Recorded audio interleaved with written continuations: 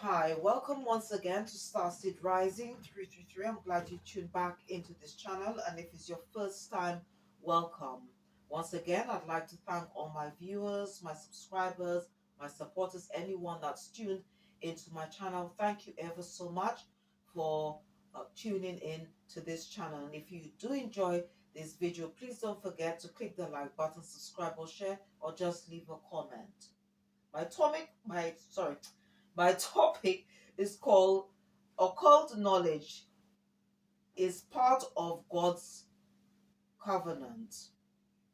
The reasons for this video, okay, is to just clear the misconceptions and untruths, okay, about occultism, okay, and how it's tied to God's covenant.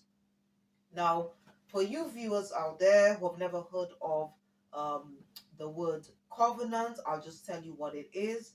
The covenant is the contractual agreement between God and man, the creator. I call him Allah because I'm a Muslim, okay, because Allah, the creator, is the giver of life, okay, so he's played his part of the contract, okay, and it's our duty, okay, and as well as we owe him our life, okay, and also we need to fulfill that part of the contract, okay, which is part of the covenant, okay, which means to be obedient and submissive to do his will. Okay, so the first question here is, where did the word occult come from? Okay, the word occult comes from the Latin word occultus, which means hidden secrets. Okay, now what is the occult? All right, the occult is a term that describes a range of supernatural, paranormal, and magical beliefs and practices that are not usually considered part of science or religion. Okay, now another thing that I want to like sort of clarify is because um I would say a lot of people or most people believe, okay, that the occult, all right, um, is very much connected to paganism, okay, or Satanism, okay, but that is not true, okay. The occult is rooted in spirituality, okay, it's rooted in spirituality, which is connected to the divine, okay. I call him, as I said, I call him Allah, or the higher power. Okay, so the occult is not rooted, okay, or connected to paganism or Satanism, because the Most High, definitely, he's not a pagan god, and um, it's also stated, okay, in the Holy Scriptures. All right, now, okay, now a lot of words, okay, that's very much associated or used, okay, to describe occultism or as part of occultism, okay, is um, black magic, okay, witchcraft and voodoo. All right, so I need to like what I want to do is to break down, okay, those names, okay, these, all right, that describes what they call the occult, okay, which I said is not rooted or connected to paganism or Satanism. All right, right. So now, if you take the words black magic, okay, first of all, the word black. Now, from what I have learned, okay, from the Honorable Louis Farrakhan, who is the leader, okay, and he's also a spiritualist, a teacher, okay, religious leader, okay, of the organization, the Nation of Islam, okay, I've learned, okay, that black is not a color. Black is not a color, is the essence of where all color come from. Okay, so in other words, the words I would say or describe what people conceive or call as black magic, I would say it's dark arts. Okay, dark arts. All right, now let's look at the word witchcraft. witchcraft. Okay, now first of all, I want to break it down because if you were to do research, okay, to find out or the meaning of a witch, okay, a witch can be a shaman. Okay, a witch can be a shaman. Okay, can be a herbalist. Okay, somebody who uses herbs, um, for to do holistic healing. All right, and if you were to break the word or down or want to find the meaning or about what a craft is, okay, craft is basically a skill. Okay, something, and obviously a skill is something that you have in order to create something. All right, now let's look at the meaning of voodoo. Okay, because there is, again, a lot of people sort of like mistake voodoo for hoodoo. But voodoo, from what I have learned, is the dark side. It's like dark arts. Whereas hoodoo, okay, is white. Is to do with the white, to do with white magic. All right, white magic. But then again, I don't really like to use these words white and black because it doesn't really make sense. Because at the end of the day, it's an art. Okay, it's something that you practicing, is something, it's an action that's taking place here. All right, so to be honest with you, okay, and from what I've, from my research and what's been guided me from my from my spiritual team, okay, voodoo, okay, is considered to be dark magic, okay, um or dark arts, I should say, which is a better term to describe it, as well as what they call necromancy. Okay, so what I want to do is to just like talk a bit about hoodoo. Okay, because hoodoo as well is, again, as I've said before, it is like considered, it's very much being confused, okay, together with what they call voodoo, okay, which is part of Satanism, as well as to do with um the dark arts. Okay, now, as I said before, hoodoo is described as white, even though it's confused as black magic. Okay, now some people, okay, as I've said before, believe that hoodoo practices, okay, started not too long after indigenous Americans, Africans, and Europeans came into daily contact with another. Okay, and that was during the colonial era. But after doing research, okay, and being a spiritualist, as I said, okay, is not the case. All right, before, because what is it that you need to probably remember, or if you don't know, okay, is that before man-made religion existed, all forms of spirituality, which included all forms of divination.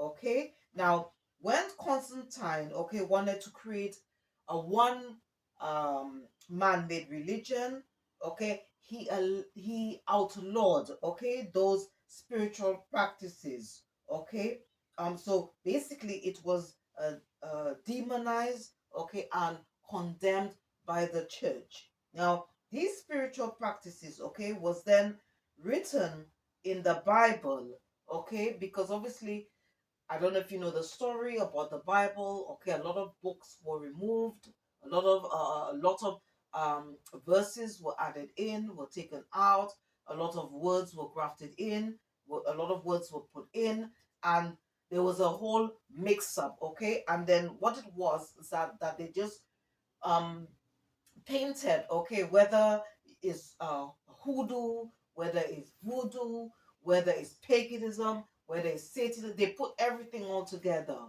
But that's not the case, okay? And as I said, that occultism is very much rooted in spirituality, okay, and not paganism, because the Most High Allah, the Creator, is not a pagan god, okay, and you can find out in the scriptures, he's not a pagan god. All right, now, okay. Um, so what these people did, okay, and that was all way down the line, okay, when Constantine, okay, and then his predecessor Confucius the two or second, okay, wanted to create this man-made religion, okay, and outlaw anyone that practiced any form of divination, or anyone who practiced the traditional way, okay, of worshiping the Most High. All right, what happened, okay, is that those people who created, as I said, the Holy Scriptures, they muddled up, okay, the verses, they took out books and put everything to make you believe, okay, that if you were practicing some form of divination, okay, which was ordained by the Most High, that it is wrong, okay, and then they said that this is part of paganism, but it's not. As a matter of fact, if you were to do your research, you'd find out, okay, that Constantine, okay, as well as his predecessor, they were pagan worshippers. And if you were to study and do research about paganism, it's got nothing to do with spirituality, which is connected to the Most High. But it's just a way to just confuse, to make it look like, okay, that occultism, okay, which is part of the covenant, which is some of the secrets of the Lord, okay, which is mentioned, okay, because King David mentions that, okay, in Psalms 25, okay, where he says that um where he goes on to say how the Lord, okay, shows him secrets, okay, if you get to know the Most High, He's going to show you secrets. And this is what it is. So all occultism, okay, is part of the secrets of the Lord, which is connected or part of the covenant. Okay. So another thing, okay, I wanted to mention, and this is how you see how religion itself, okay, how it's brought about not only division but a lot of confusion, okay, about what is um what is, I would say, truth and what is false. So in other words, the way what religion has done, okay, or what I should say, what Satan has done, he tried to portray what is good bad and what bad is good, and that's what he's done, and that's his job anyway. Is to deceive the whole world, and the best way he can do that is through religion. And one of the tools that Satan can use to deceive people is through the guidebooks, and especially through the Bible. And that is the whole reason why, all right, the Quran had to be given to Prophet Muhammad to rectify what was done to the Bible. You know. All right. So another thing, I also wanted to mention here, okay, because again, if you take uh the example of the cross. Okay, now if you were to go back in time and do your research, okay, just giving you another example, all right, the original symbol, okay, for people who followed Jesus, okay, was the fish. It was the fish. But then what did Constantine do? He again, because he wanted to create that man-made, he wanted the man-made religion, he wanted to create a symbol to go with that, and then he envisioned, okay, and created what they call the cross, which I believe it means, okay, because it's there's some words in Latin, okay, and it says something about like in this name I conquer or something like that, okay, and this is the same symbol that these so-called uh um not how do you call them, those people who went, okay, to places like Africa, okay, and fed our forefather, the people there a lie, and painted, said that, oh, God was white, the angels was white, Jesus was white, and so forth, you know. And again, it's the same thing, again, with the same thing about the Trinity, about again making people believe that the that God, the Son and the Spirit is all in one, which is not true, because obviously if you know the Lord's Prayer, okay, the which is a very famous popular prayer, all right, which was given to the disciples by Jesus of 2000 years ago, what does the first line say? It says, "Our Father who art in heaven." So I mean, that again, it just proves to you that how can Jesus and God be one when Jesus is teaching his disciples a prayer which says, "Our Father who art in heaven," and it's the same thing again with the Hermetic curse, all right, which goes on to say about that, like black people come from the line of Ham, one of Noah's son, and that that black people are cursed.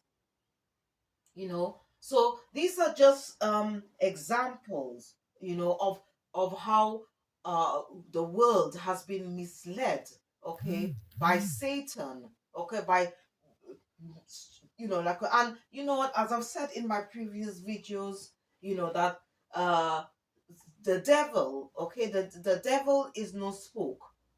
The devil is not spook. The people that run the religious systems, okay, that created the Bible system, was a man. He wasn't a spook, you know. Now it doesn't mean, okay, what another thing is that I'm not saying, and that's something that you shouldn't dismiss, okay, not saying that some practices, as I've said earlier before, that some there are, because as I said to you, okay, there's ones that are divinations, okay, which is ordained, okay, by the most, and some, okay, which is to do with paganism and Satan. I'm not saying to you that they don't exist. I'm not saying that, but what I'm trying to say to you is that I'm just trying to clarify, okay, the difference between occultism, okay, and sort of paganism. They're not the same. They're absolutely not the same. All right. And as I've said before, like this man, Constantine, he was a pagan worshipper, okay, who then wanted to create this man-made religion, okay, and then he embodied a lot of what he worshipped into Christianity. That's what he did, okay, that's what he did, and that's why you have, even like today with the Bible, all right, the Bible, there's this word church, okay, appears. But when you do research, okay, to find out where does the word church come from, you're going to find out that it's a Latin word meaning circe, okay, and circe means a church is a public building built for pagan worshippers. Okay, and when Constantine, okay, as I've said earlier before, and his predecessor Confucius II, were outlawing these practices, um, okay, which I would say ordained, okay, that was ordained by the Most High, because at that time you had shamans, you had high priestesses, high priests, okay. For example, the Sibyls, okay, is a very good example, okay, of high priestesses back in the day. But what happened was that because he wanted to create this man-made religion, a lot of these people who practice, okay, those things like divination or whatever, they were either prosecuted or killed as a result. And this is where I believe, okay, even though some people don't believe that, but I strongly believe, and this is what was guided to me, that that's where secret societies, okay, or when secret societies were created, because, okay, these individuals, they wanted to continue, okay, their traditional spiritual practices or and worship. All right. Now, okay, now you might say, all right, but, or you might argue, okay, the point, okay, well, in the scripture, okay, in Deuteronomy, uh, for example, in the book of Deuteronomy, chapter 11, verse 19, okay, it goes on to talk about, because you see, again, a lot of the words, were construed, were mixed up, okay? And I think there's a bit where they go on to say that practice no form of witchcraft should be practiced, da da da da da. And then it goes on to talk about um that you shouldn't let I think it's best if I take the let me just get the scripture because it's better for me to just read from the scripture from the Holy Bible. So let's look at.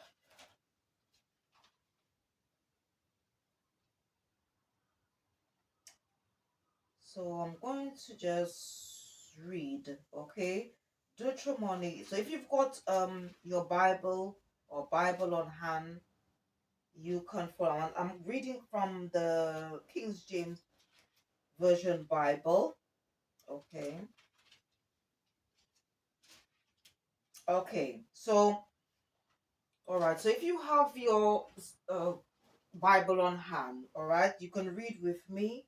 Okay, it's chapter 18. I want to start from verse 10. But you know, in the I don't the Bible I'm using, okay, it actually says forbidden pagan practices. That's what's written there. But I'm just going to read from verse 10. Okay, it goes on to say, there shall not be found among you anyone that maketh his son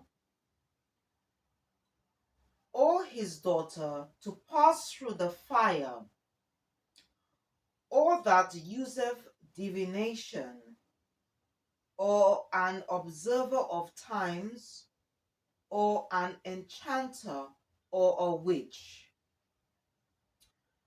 or a charmer. This is I'm reading now verse 11. Okay, it says or a charmer or consulter with familiar spirits, or a wizard, or a necromancer.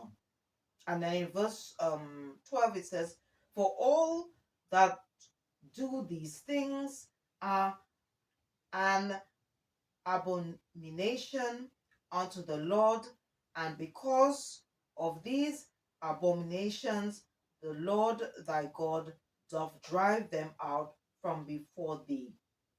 All right. Now, the interesting thing here, all right, um, with this verse, especially verse 10, okay, of chapter 18 of Deuteronomy, right? It says something here which is quite weird, okay, because um I don't know if you know, or maybe I'm just gonna tell you now that Deuteronomy was one of the books that was written by um Moses, okay? One of the books written by Moses. And the strange thing, okay, because, okay, Deuteronomy, okay, whatever was written in Deuteronomy should be almost the exact things like what Moses wrote, okay? But the strange thing is here is that if you read this, the top verse, okay, the top line, okay, from verse 10, it says here, there shall not be found among you anyone that maketh his son or his daughter to pass through the fire, or that useth now this thing about making the son or daughter pass through the fire, that does to me, that doesn't make sense. It doesn't make sense because why would Moses, if he's writing, okay, laws and or statutes or commandments, okay, to the children of Israel, okay, which he delivered, okay, from the land of Egypt, why would he put that there? Okay, and later on, okay, was guided. I then recalled, okay, and I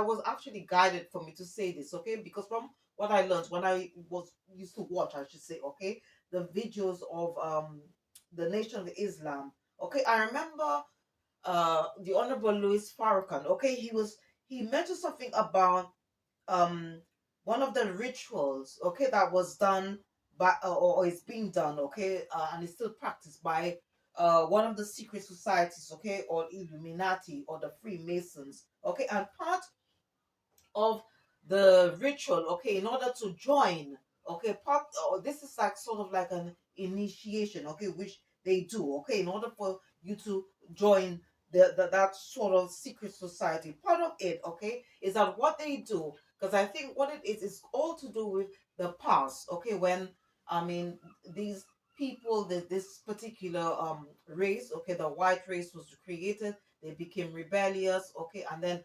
the Most High, okay, had to use Moses, okay, to drive these people, okay, from where they were, okay, and they ended up in the caves in Europe, okay. But I'm not going to go into that. If you want to know more about these things, then you need to watch videos published by the Nation of Islam. All right.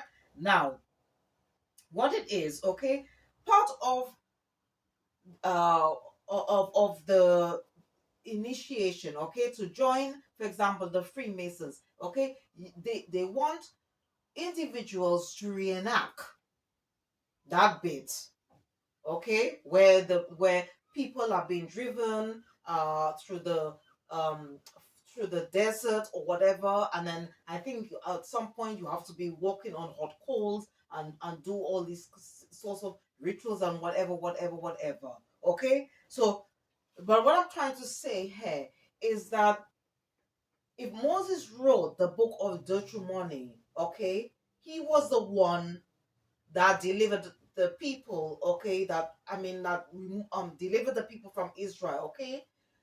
Why would, and remember that the Freemasons, okay, and other secret societies were founded years after Moses wrote this book, the Deuteronomy, the book of Deuteronomy. Why would Moses write that in in his book?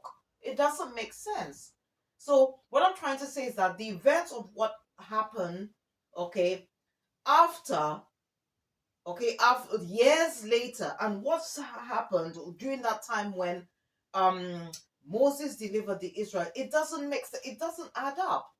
There's no way Moses would have written that in the book of Deuteronomy to say like there shall be found among you anyone that maketh his son or his daughter to pass through the fire. And this again is just proof to say to you that how there's been a lot of deception, you know, a lot of the things that we believe to be true is false. A lot of things that are false we were forced to believe that is true.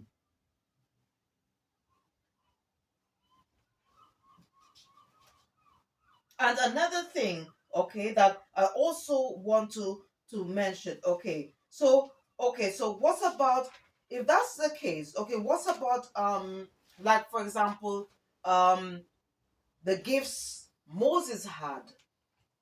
Because you know, if you were to read about the story about what happened during the time when the Israelites were held captive in Egypt, all the things, all the uh things that were done, okay, Moses was able to do with his rod. Where did that power? That's part of divination. Where did he get his power from? To cause the plagues, all the plagues that Egypt experienced under while the Israelites were held captive in Egypt. Where did Moses get that power from? And there's even a part in the scriptures where it talks about like where when uh Moses, okay, went to Pharaoh, okay, and then what happened was that um um Pharaoh threw his rod, right, and then it turned into a snake, all right, and then Pharaoh did the same, his magicians did the same, and what happened? Moses's rod, okay, that turned into a snake, it ate um Pharaoh's rod that had turned into a snake, as well as his magicians. And it was just a demonstration Okay, now you can't say, okay, that, okay, what Moses did was sort of dark arts or so-called Satanism or something like that. Now, another example is Joseph. If you read about the story of Joseph, okay, Joseph became a governor of Egypt. How did he become governor of Egypt? He had the gift to be able to interpret dreams. Where did he get that gift from? Was about Daniel. Daniel was able to read supernatural messages, signs, symbols. It says that, okay, where he was able to interpret dreams. And I would say the most perfect example I can also give is Jesus of 2000 years ago. Jesus had a lot of gifts. He had gifts in his hands. Where did he get the gifts from? Even Jesus himself said that, that he wasn't able to do those miracle or perform those miracles if it wasn't for his Father. Jesus even had the gift of telepathy, where he was able to read someone's. That's why he was able to outsmart his enemies. But again, okay, people might say, well, oh, if that's the case, then why um, couldn't he save him? But yeah, but you know what? Jesus had to fulfill prophecy. He had a role to play. But he did. If you read the scriptures, okay, you when he was um that time when he was on this earth, okay, there are parts of this of the scriptures, okay, in the New Testament where he's telling his disciples what was going to happen, okay, about how some of his disciples were going to deny. He said that Peter was going to deny him 3 times. He also talked about one of the disciples were going to betray him. So how did Jesus know these things? And you know what? And me being a spiritualist as well as a Muslim and high priestess, okay, from what I've learned, that we all are spiritual magicians. We are all spiritual magicians, enable to be able to manifest things into our lives, because we are the co-creators of our own life. But in order for us to do that, in order for us um to receive that power from the Most High, is that we just need to turn back to the Creator, to honor the Creator, to give us that the knowledge, the wisdom, the power, whatever we need, okay, to be co-creators of our own life, of our own destiny. And if you go back in time, okay, and read about this man that was created in the Garden of Eden, he was a very powerful man. He was very powerful. That's what they said, that they refer to him as God's vicegerent. Okay, which people believe that his name was Adam, but obviously it wasn't. His name wasn't Adam. It was a particular race at that time. Okay, and he was God's vicegerent. He was very powerful, but because he disobeyed the Most High, okay, he lost his spiritual power to do that. Okay, and all these men like Moses, Joseph, Jesus, Daniel, all these great men, okay, are perfect examples, okay, of what is we might not be able to do the same thing. Don't get me wrong. I'm not saying to you that, when if you were to go back onto the straight path, or you want to, or you want to serve the Most High, that you will be able to do that.